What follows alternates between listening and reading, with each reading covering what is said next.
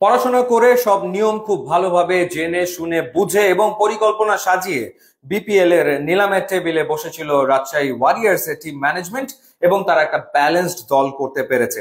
Local ক্রিকেটারদের সম্পর্কে Rajshahi Warriors এর হেড কোচ হান্নান সরকারের খুব ভালো ধারণা রয়েছে। এই কারণে তিনি একেবারে পজিশন ধরে ধরে ক্রিকেটার পিক করেছেন।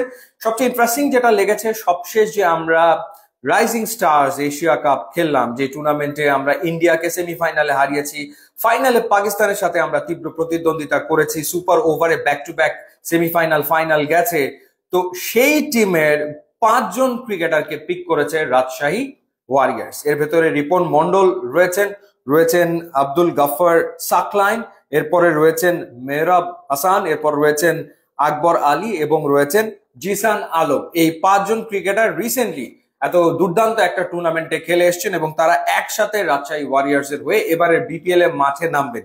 সুতরাং তাদের ভেতরে তো বোঝাপড়া ব্যাপারটা আসলে রয়েছেই। সরাসরি চুক্তিতে রাজশাহী ওয়ারিয়র্স নাজমুল হোসেন শান্তকে নিয়েছে এবং তানজিদ হাসান তামিমকে নিয়েছিল, এবং অকশন টেবিলে নাজমুল হোসেন শান্ত নিজে উপস্থিত ছিলেন। বোঝাই যাচ্ছে যে হান্নান সরকার এবং শান্ত মিলেই দলটা আসলে আগে থেকেই প্ল্যান করেছেন এবং তারা তাদের পছন্দের ক্রিকেটারদেরকে পিক করতে সক্ষম হয়েছেন। তানজিম হাসান সাকিবের জন্য দলটা ফাইট করেছে, 68 লাখ পর্যন্ত দাম উঠেছে তানজিম হাসান সাকিবের, এবং শেষমেশ তারা নিতে সক্ষম হয়েছে।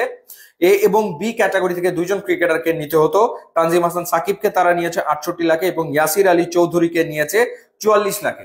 ভুল বলেছি, এই রাইজিং স্টার্স এশিয়া কাপের 6 জন ক্রিকেটারকে আসলে তারা দলভুক্ত করেছে, কারণ ইয়াসির আলী চৌধুরীও তো ওই টুর্নামেন্টে খেলে এসছে। ইয়াসির আলী চৌধুরীকে তারা নিয়েছে 44 লাখে, আকবর আলীকে তারা পিক করেছে 34 লাখে, রিপন মন্ডলকে তারা পেয়েছে 25 লাখে। আমার ধারণা ছিল যে রিপন মন্ডলের জন্য আরো ফাইট হবে, কিন্তু সেটা হয়নি। এই ক্ষেত্রে রাজশাহী ওয়ারিয়র্স ডেফিনেটলি তারা লাকি। জিসান আলমকে তারা পেয়েছে 18 লাখে। হাসান মুরাদ, রিসেন্টলি আমরা দেখেছি আয়ারল্যান্ডের বিপক্ষে টেস্টে তিনি দুর্দান্ত বোলিং করেছেন, সেই হাসান মুরাদকে 18 লাখে তারা পেয়ে গেছে। লেফট আর্ম স্পিনিং অপশন হিসেবে আব্দুল গাফফার সাকলাইনকে তারা পেয়েছে 44 লাখে। আব্দুল গাফফার সাকলাইনের জন্য তারা ফাইট করেছে। এবং এস এম মেহরাব হোসেনকে তারা পেয়েছে 39 লাখে। এছাড়া পরবর্তীতে আনসুল মুশফিকুর রহিমকে তারা দলভুক্ত করেছে।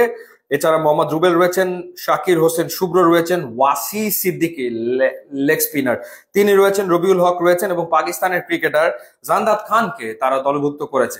সো খুবই ব্যালেন্স টিম। আপনি চাইলে লাইন আপ তো কাল্পনিক লাইন আপ দাঁড় করিয়ে ফেলতে পারেন। যেমন ধরেন ওপেনিং এ তো বোঝাই যাচ্ছে যে তানজিদ হাসান তামিম খেলবে এবং তার সাথে হচ্ছে সাহিবজাদা ফারহান ওপেনিং এ নামবে, এবং সাহিবজাদা ফারহান প্রবাবলি পুরো সিজনের জন্যই আসলে আসছেন, এমনটাই আসলে শুনেছি।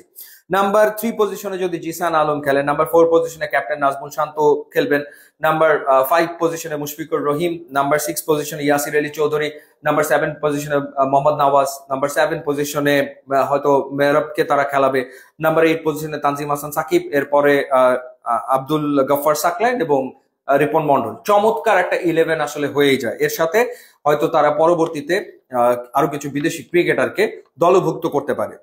অকশনের টেবিলে আমার মনে হয় যে বেশ ভালো ভালো ভালো ক্যারিশমা দেখিয়েছে রাজশাহী ওয়ারিয়র্স। তারা যে প্ল্যান নিয়ে গিয়েছিল সেই প্ল্যান তারা অকশনের টেবিলে সাকসেসফুলি এক্সিকিউট করতে পেরেছে বলে আমার কাছে আসলে মনে হয়। আপনার কাছে টিমটা কেমন লাগলো জানাবেন।